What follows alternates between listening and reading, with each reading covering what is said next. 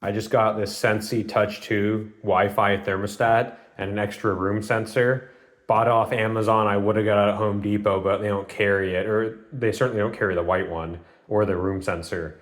This is to replace a Honeywell T9 with a room sensor. I could get into that, but maybe that's a separate video. Here's where my thermostat goes.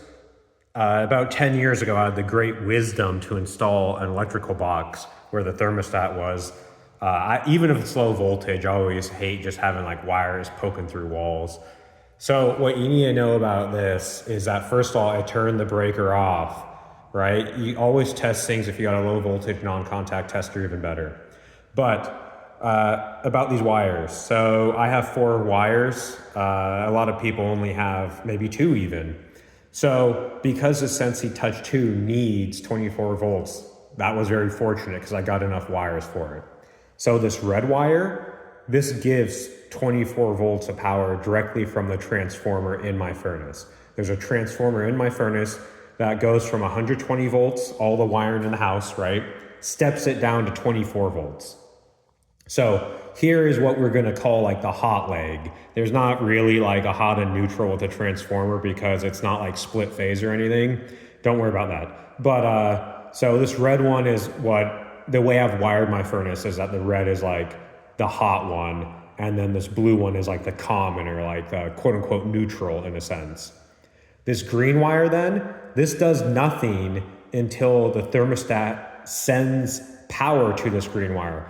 Once the green wire gets power, it trips a relay, which then turns on the blower.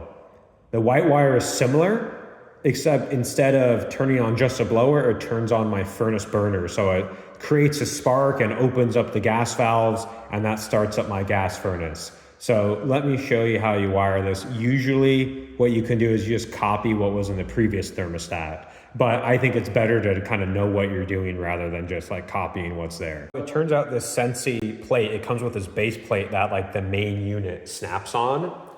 Turns out this base plate's like really flimsy. Like it just like bends very, very easily. Like it's even PC polycarbonate.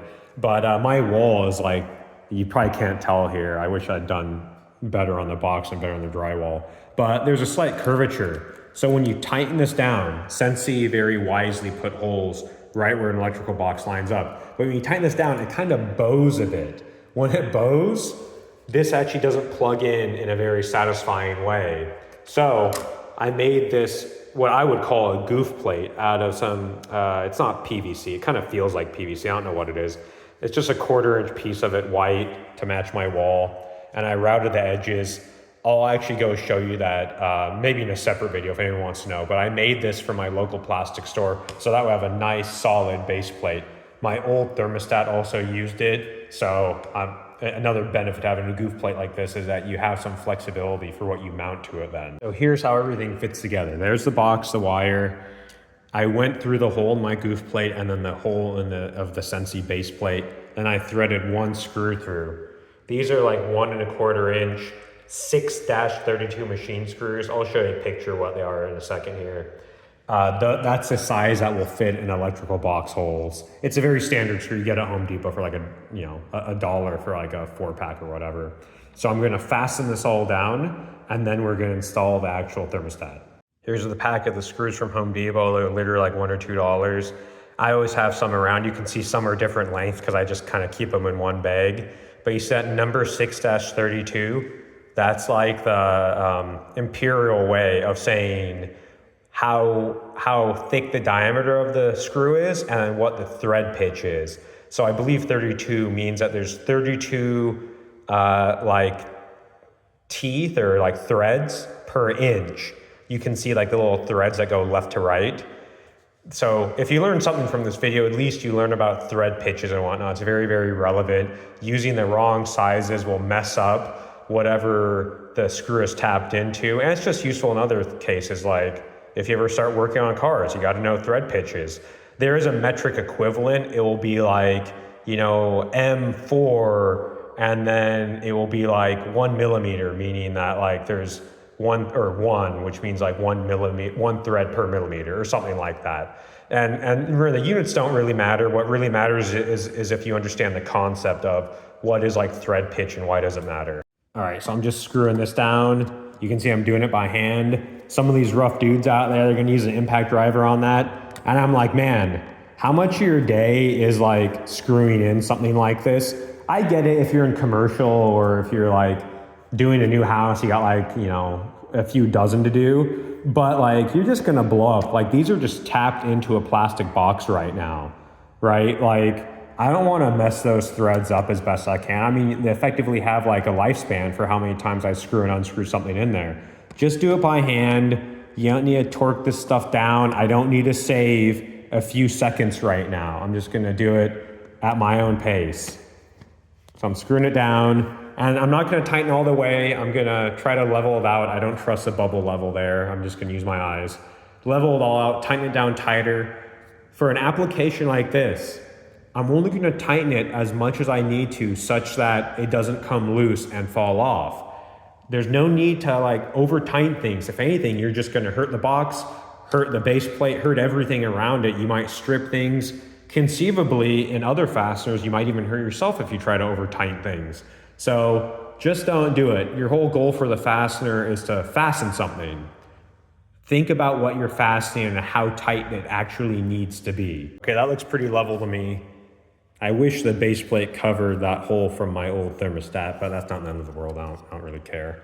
Okay, so remember the wires, where I said, red is like, you know, imagine it as the hot side of a 24-volt circuit. Imagine blue is a neutral. Green is like the trigger. Give it power, it turns on the blower. White is like the trigger for the heat. Give it power, it turns on the burners. Now, you got to look this up. It might be slightly different how it's labeled, but generally what you do is like RC, RH. Those are the two that you want to give power, the 24 volt power. RC is if you have cooling. I don't have cooling. I live in Portland, Oregon. No one has cooling. C is the common wire. That's like the neutral. G is green for fan, obviously. And then the tricky one here is that W/E. You might be like, oh, W2, Y2, what are these accessory? So W is like, I guess, white, but it really means heat. The /E, don't be confused by that. I think that means like emergency heat or backup heat or something funny. For some reason on the Sensi, they're like just one slot. So the white goes there, but you always gotta double check this, read the manual, go look online, do whatever it takes to be confident in what you're doing. All right, got them all plugged in. They're just push to connect. You see these get knocked back. You do get a little bit of resistance when you're pushing it in, and you can kind of feel things bottom out. So that's like a sign. You push it in, you get some resistance, and then you can kind of feel a point where the resistance becomes too high because you've bottomed out. Whenever you use any wire, you know, whether it's a wire nut or a disconnect, or in this case, this push to fit little like spring clamp, I always like to give them little tugs, make sure that they're not coming out, because sometimes it's easy, especially if you use lots of lever lock stuff, especially the Lagos, which I don't like. The lever might not be all the way down. You don't want to push some wires in there that might be loose because there's some tension on those wires, because you usually got to like wrap them up where there's bends or whatever. And you don't want that crap coming undone later. That's how you get like house fires, or at the very least inconveniences. You can see this one, some of you may have noticed, it looked a little long. I'm not the one who cut and stripped these wires. I'm just gonna leave it because it's close enough. And so all we have to do now is snap on this faceplate. And remember, the power is still off here. All right, let's see how this goes. These things sometimes are a little tricky. Okay, that wasn't too bad. That was a little trickier than like the Honeywells, but it was not too bad. So I'll flip the power back on. Let's see how this does. All right, the power's on. You can see everything's working. I actually went back and set this up. I even added a second sensor. That's really easy. Looks like it's still connecting. But like all I had to do was I just had to like, you go through the menus, it like adds it via Bluetooth or whatever. So I've already tested this. Like here, let me turn on the fan. Let's see. Hopefully you can hear that. The blower's on right now. Let's turn that off. So I'm actually not going to go through this. Like you can just read the manual, look online, whatever. This is replacing Honeywell T9.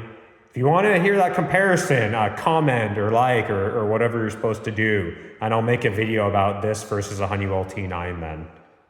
All right, thanks for watching.